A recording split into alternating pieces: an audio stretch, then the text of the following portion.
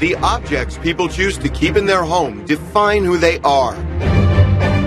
This is Objectified, Pamela Anderson. This was the first cover I did of Playboy. How old were you then? I was legal. I'm Harvey Levin. This is a story about a small-town Canadian girl who became one of Hollywood's most iconic sex symbols. You didn't have a lot of acting experience. They had me come in and they just said count backwards from 10 and say your name, so they gave me the job. That's going to piss off a lot of actresses. Pamela Anderson's face and body were everywhere. TV, movies, magazines, but her massive success came at a price. You did a sex tape that was supposed to be private. Were you embarrassed? And her very public relationship soon turned toxic. There was some domestic violence. Yes. But you kind of got back with him afterwards. But despite all the ups and downs in her personal life, Pam found her real passion in activism. And now, her unlikely assortment of allies include everyone from WikiLeaks' Julian Assange Was it ever romantic? to Vladimir Putin. He's not the most popular guy in America. America likes to blame Russia for everything. They kind of joke about us, they say, what is America complaining about today? Pamela Anderson, the woman whose all-American good looks opened the door to superstardom and intense activism. Okay. Pamela, thank you so much for doing this. Yes, of course. Carol, nice to meet you. Barry, good to meet you. Nice to meet you. So, first of all, I'm fascinated by your life. So what I want to do is I want to take some objects that you've kept for over the years and use those objects to kind of as a touchstone to figure out how you became the person you are today. Let's start with the crib. The crib was a total nightmare. Why? Well, Pamela would crawl out of it as soon as she could move around and get into things. She took everything out of my cupboards and made her own cake and whatever before we woke up like at 3 in the morning. Okay, well, I'm going to talk to your daughter. It's a pleasure meeting you. All right. Thank you so much. Pleasure meeting you. Pleasure meeting you. Thank you, guys. Can we, before we move on, just engage in full disclosure that it's so freaking cold right now because of we're doing this in winter. But worth it. Tell me about what it was like growing up here. Well, it's, it's just a small town in Canada. You're a small town girl. Small town girl. It's really cold in this house because it's been abandoned for so long, but this was the house where my parents were married and I was conceived and everyone lived for a very long time. My family lived here, so I'm rebuilding it for my parents. So tell me a little bit about growing up here and about your family life. My parents were very young when they were married, 17 and 18. And I think it was probably a shotgun wedding because Mom was pregnant. My dad was a chimney sweep, actually, and my mother was a waitress. And my dad actually played a lot of poker, and I actually dealt when I was very young. Tell me about the relationship between your mom and your dad. It was, I think, passionate, volatile kind of relationship, very romantic. They broke up a few times, but they got back together, and my dad was the bad boy, my mom was the bouncy blonde. My dad was on the motorcycle and crashed a few cars racing. It sounds like you're talking about you, isn't it? Yeah, a little bit. Tell me about what you did as a kid. I just lived on the beach. I had my little pretend store behind the driftwood log and sold, shells. You're making it sound like Baywatch wasn't a stretch. Baywatch, it was just an extension of it. A little bit up the coast. I thought of what was most important to me and what I wanted. And this is it. The water, the beach, my friends. Just want to make sure they're always going to be there. Did you consider yourself pretty growing up? No. I always thought there was beautiful girls in the classroom and beautiful girls around, but I always felt like I could be friends with everybody. I wasn't necessarily cute. I still don't think I'm cute. You're kidding me. No, it's in my mind. I think I'm much better looking in my mind. I'm much thinner, at least, in my mind. This will piss off a lot of people to hear this. Do you have a lot of friends? Yes. Yeah, a lot of friends. I was always the one that loved the boys, but they didn't necessarily like me. Why? I don't know. I think I was a very aggressive child.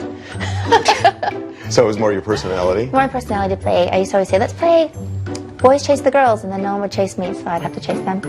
You suffered severe sexual abuse as a kid. I did, and I was a female babysitter who was the bad person in my life, and my parents thought that she was the best babysitter ever because she always brought presents, she was always there. but she molested me, and yeah, it was very difficult. I remember I used to wish her dead, and then she died. She died on a graduation night, and I thought I killed her. So I couldn't tell my parents that she was doing these things to me, and I couldn't tell her that I killed her. I really thought that I had these magical powers, that whatever I thought was going to happen. So you had a 25-year-old man. Yes, yes. Tell me about it. Oh, God. I was supposed to be at the movie theater, and I was with a girlfriend.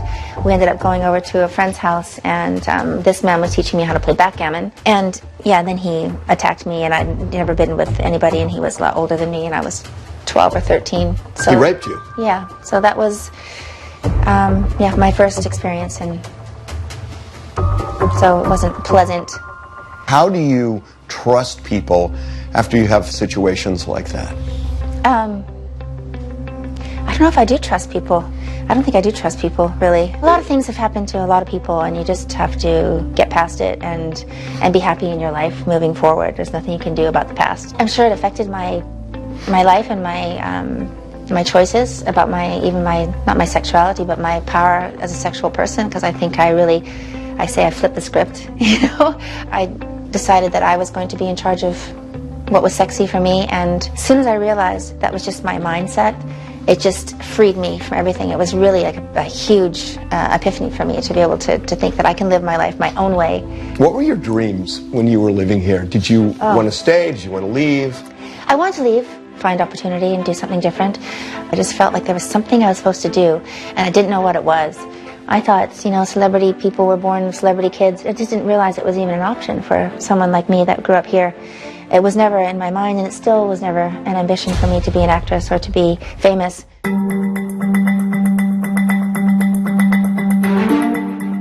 So tell me what that is. Looks interesting. Yes, this is very me. This is the hair of my dog, Star. I think anybody that's seen Baywatch and seen the little golden retriever. That's the Star from Baywatch? Yes. That dog is famous. He's famous. He has his own montage. And he ate a lot of bagels off the crew table. Yes. Huh. I want to take you back to the Lions game. Okay. That changed your life. I guess so. I'm glad I went. I wasn't going to go. My neighbors were going. They had free tickets to the BC Lions game, and they had T-shirts and Labatt's beer. They were representatives of Labatt's beer. And so we went with my neighbors, and the camera zoomed in on me, and they told me to stand up and show the T-shirt all game. And then they had me on the advertisements, Monday Night Football. They would show me, and then all of a sudden I was the Blue Zone girl. And after that, I did a commercial for Labatt's. Glad to see that smiling face. Hey, you're gonna like this place. Gonna break out the blue. So tell me what happened after that, because it's pretty amazing that you just show up at a game, put a T-shirt on, and you become a star. Phone rang, and it was Marilyn Grabowski from Playboy, and asked me to come shoot a cover. I've been on 14 or 15 covers. Not all of them have centerfolds of me inside. Not all of them have pictorials inside of me. Were you freaked out? I was. I was very shy. Like I said, getting over my shyness was really, that was really important for me to be able to face my fears and be brave in all sorts of situations in my life after that. I think it really set me up for quite an exciting, bold life. That's it. It's an odd thing that somebody who is shy by nature and not particularly trusting goes from that to Playboy. It seems like there's a middle ground before you get to Playboy. No middle ground, no. No. She has certainly never forgotten her roots. No one in the history of Playboy are more outspoken in terms of crediting Playboy for their success, and I think that's a reflection of who she is. And she's one of my dearest friends, and I think, you know, Playboy and the mansion are her other home. You become extremely famous for Playboy. It is still an audacious thing for somebody who, you know, goes from being a model for Playboy to acting. Well, I was asked to do a lot of different shows, like Married with Children and, you know, things like Charles that. Charles. All those little things. I did those just for fun, and I thought that was fun. And then, you know, Baywatch was always calling me, but I didn't know how to get to Marina Del Rey. I thought that sounded so far away. So I would never show up. And finally, my boyfriend was going to have an audition, and I went with him, but it wasn't planned. So you literally didn't go because you didn't know how to get to Marina Del Rey? And yes. If your boyfriend didn't drive you, you wouldn't have gone? Right. And he was going for an audition, David Charvet. So we both got the job. Your life is just a series of chance Accidents. things, isn't it? Yes. Yes, that's what I like about it. That's what's not a lot of planning. So you were on Home Improvement. That was my first job. That I was know. before. You were a big hit on Tool Time as Lisa. Why'd they hire you, do you think? You didn't have a lot of acting experience. They had me come in and they just had me on tape and they just said count backwards from 10 and say your name. And I remember saying 10, 9, 8, and so they gave me the job. I don't know. It was something really You ridiculous. counted backwards from 10 and got the job yes, that that's way? how I got the job. That's going to piss off a lot of actresses. I guess I did it really well, though. I think a lot of people have opportunity presented to them and they're just afraid to take that chance. Or it seems so out of left field that you don't see it.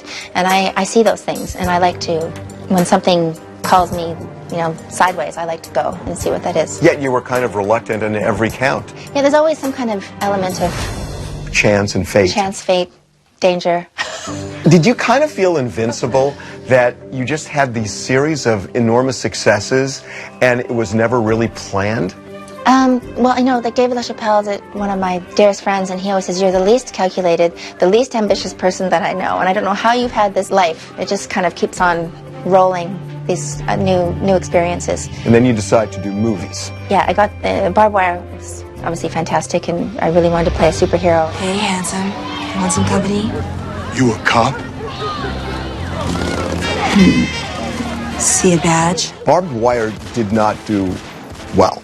It didn't do well, no. So, in many ways, your first failure. Well, I did a movie. I thought that was incredible. But I was pregnant, and I didn't want to do any more film after that. So it wasn't like my movie career had ended because Barbed Wire didn't do well. It's just that I chose to be with my kids. It seems so odd because you were such a huge movie star, television star. You were just a huge star at the time, and you kind of just put it on ice for a while. I wanted to raise my kids. That's why I had kids.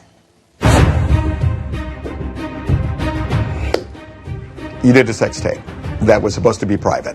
I didn't do a sex tape. Tommy and I were naked at all times. It was just an invasion of privacy. It was stolen property.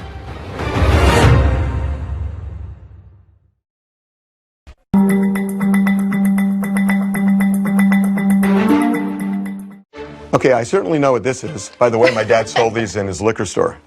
He sold them at his liquor store. Uh-huh. Nice. So tell me about it. This was the first cover I did of Playboy. This is the one that I went down for. How old were you then? I don't know. I don't think an age.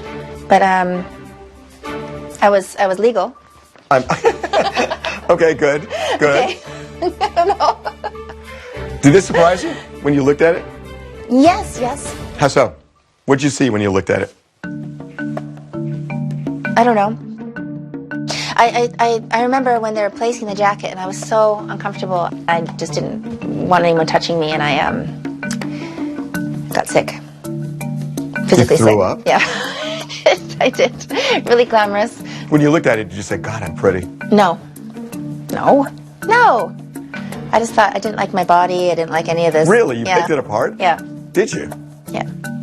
Nobody else did. No, well, so that was the beginning of it all, I guess. You did a sex tape that was supposed to be private. I didn't do a sex tape.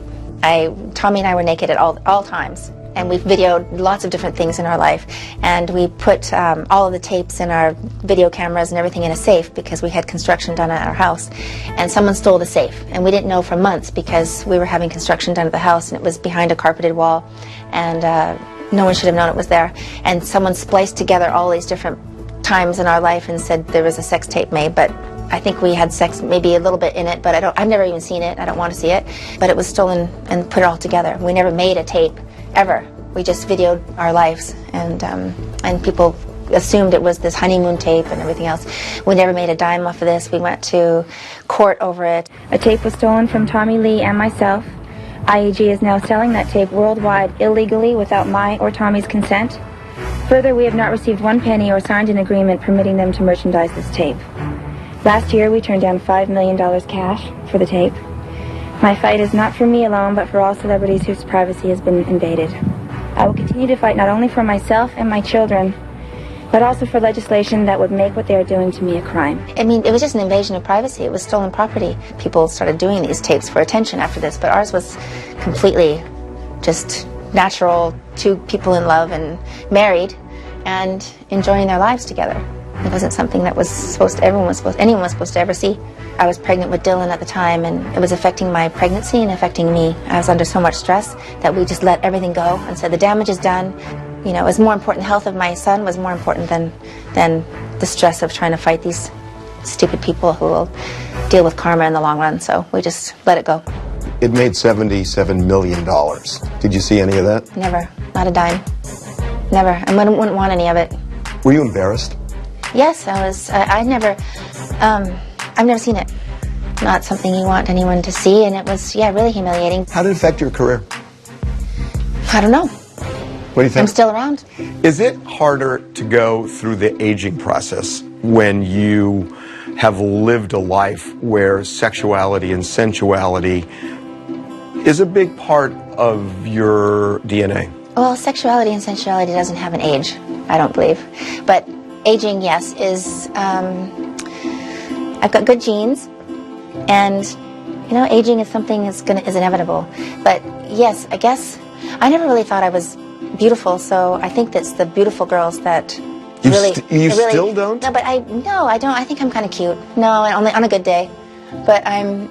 Are you being serious? Because that's the oldest line in the book. No, but it's true. No, I don't. I never have. I don't. I'm much better looking in my mind. I'm thinner in my mind, for sure.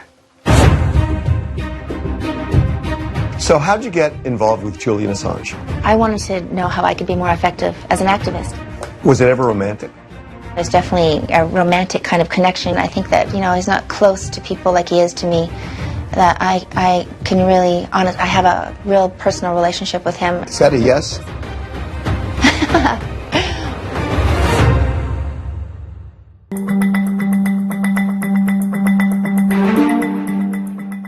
Certificate of Leopard Adoption. What is this? Well, this was a gift from the Minister of the Environment at the Kremlin. I speak at the Kremlin every December, usually, for the last few years, and they gave me, I adopted a leopard, and they named her Pamela because she's not camera shy. I talk about environmental issues, and I talk about the illegal capture of whales in Vladivostok, because a lot of the animals that they capture, the belugas, they sell to aquariums all over the world, and I've been able to help.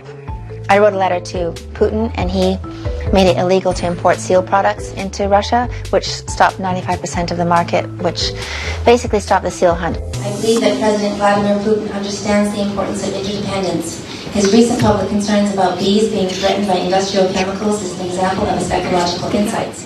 You've been dealing with people at a very high level at the Kremlin. Yes. You know, Putin's, you know, right-hand people. Mm-hmm. He's not the most popular guy in America. I think, yeah, America likes to blame Russia for everything. That's usually the first thing that happens when we sit around the table, and the first thing they kind of joke about is, what have we done wrong today? You know, they say, what is America complaining about today? It's not even, it's a joke. I think it's just distraction. What do you mean? Just to distract about the skeletons in America's closet. They like to complain about Russia, and I think it's a good way to... It's propaganda, and somewhere in the middle is the truth. I'm going to take you back. How did you develop this kind of connection with animals?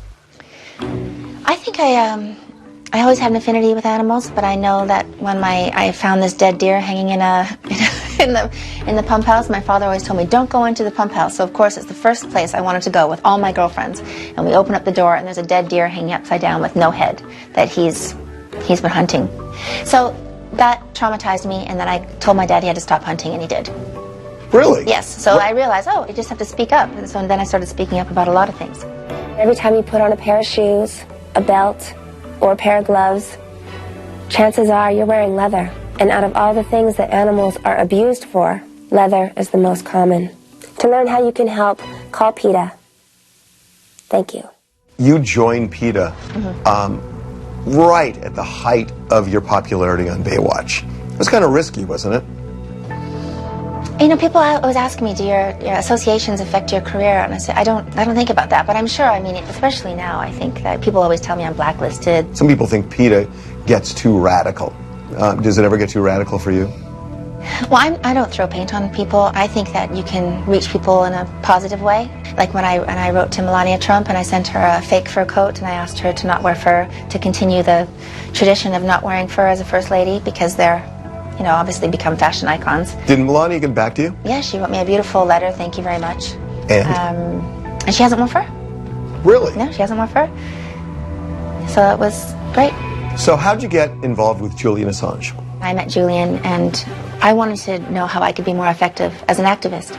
And we created activist tenure, and it's based on academic tenure. So we're going to choose 10 activists here for 10 years and pay their salaries, no matter where they are in the world. It'll be very diverse, too. It won't just be, you know, more digital. It'll be people like women's rights and animal rights and environmental rights.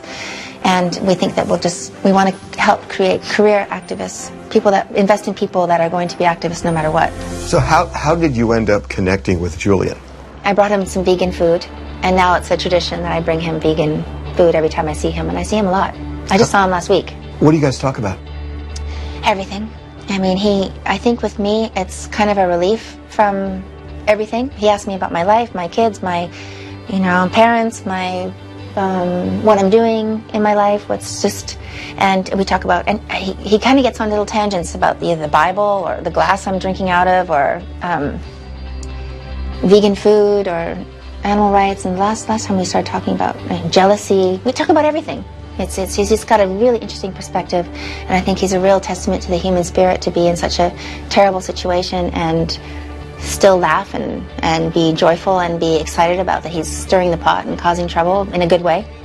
And he's willing to take the heat for, you know, what he's exposing, and it's important what he's doing. I think he's one of the most important people living. He's only exposing people to the truth. Is it ill-gotten information? It doesn't matter. Information is information. If it's true, I want to hear about it. It's kind of saying the ends justify the means. Well, you know, I thought people have this, I never understood this theory of how people, even, you know, when it comes to the police and warrants and things like this, because I think the truth is the truth. If you're doing bad, if you're doing something bad, it doesn't matter how people find out about it. Was it ever romantic? He's definitely an interesting person, and there's definitely a romantic kind of connection because it's a romantic struggle. It's a very, you know, we have this closeness, and I think that, you know, he's not close to people like he is to me. That I can really, I have a real personal relationship with him. Is that a yes? Person. Well, I can't say, but he's just one of my favorite people. You're very much anti-porn, it seems. Well, I wrote a book called Lust for Love, which started out as the sensual revolution. I believe the sexual revolution gave us a lot of great things, but also gave us a lot of really bad sex. I think that uncommitted sex is boring, and I think that this whole new wave of information with this Tinder and these dating apps and so much pornography online has left a lot of people desensitized. And I'm a real romantic, and I believe in monogamous relationships, and there is an addiction to computers and porn and stuff like that. So I just think that I spoke at Cambridge and Oxford on the subject, and I had women come up to me afterwards in tears saying, I can't believe you're talking about this. I'm 21 years old, my boyfriend hasn't touched me for 6 months because he's addicted to pornography, and he doesn't come near me. I'm well aware of my part in all this, and that my track record is one of a saint. And it may seem hypocritical, a sex symbol complaining about porn addiction. Society desensitized through the easily available explicit imagery on the internet at any age, we go numb and become neglectful.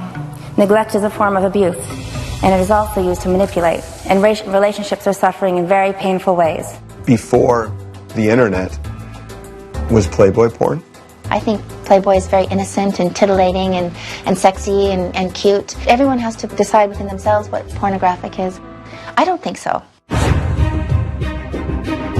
The most important thing for me is to be a good mom and to be there for them. You know, you were a sex symbol. How did it affect them in school? Oh, they got into some fights. You know, people tease them. Look, it wasn't a secret that you had done Playboy 15 times. It wasn't a secret about this tape.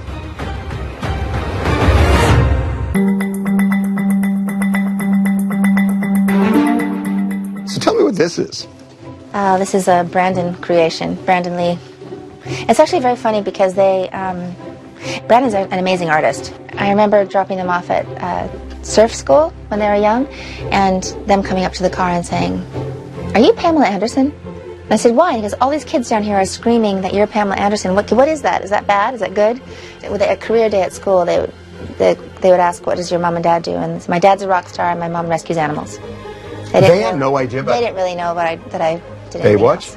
No. See, well, this is after they found out. So this is his version of Baywatch. Yes, and he used to tell people, "Don't worry, my mom's a lifeguard."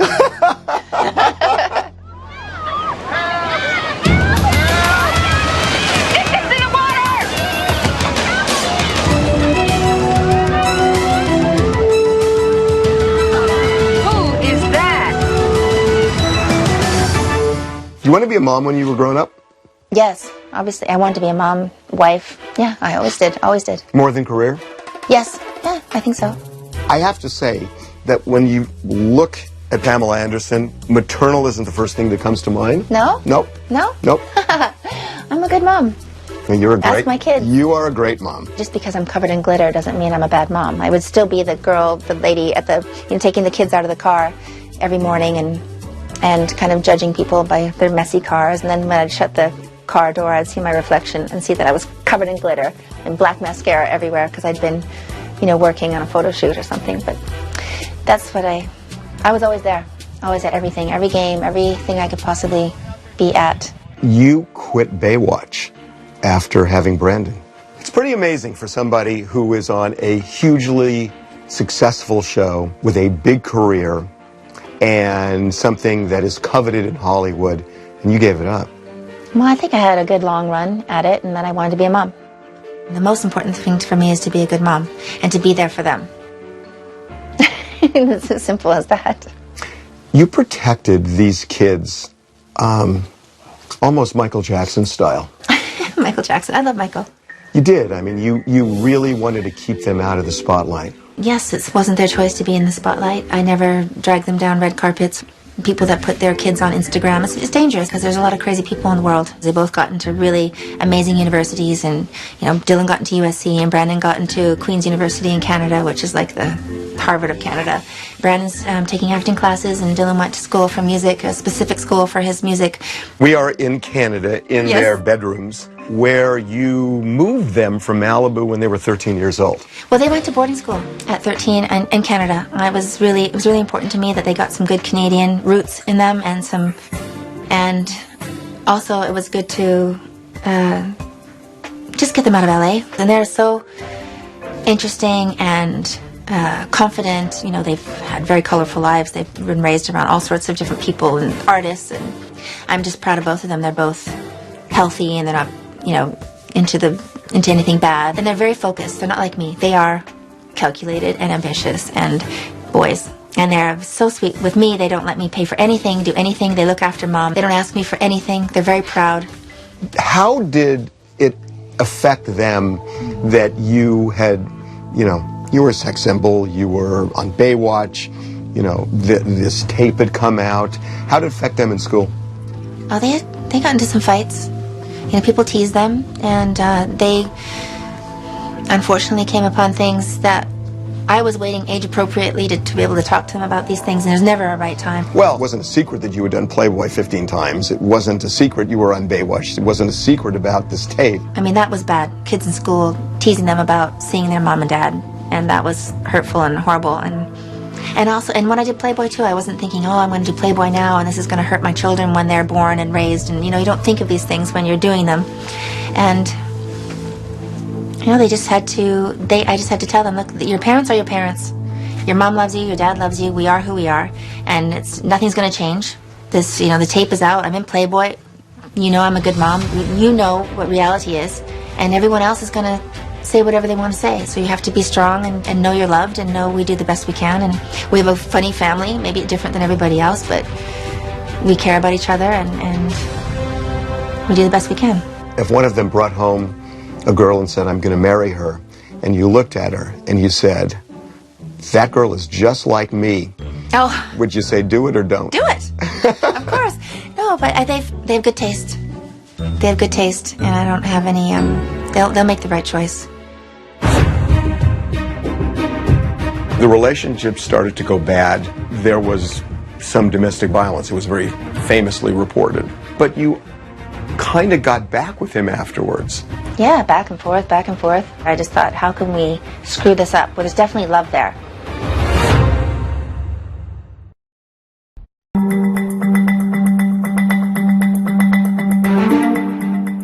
So what's this? The swear jar. There's not a lot of money in here, so it means we don't swear a lot. What is the swear jar? The kids and I. So Now, if they swear, they have to put money in here too. Did it with Tommy too. How big was the jar when you were with Tommy? Oh, big one. Big one.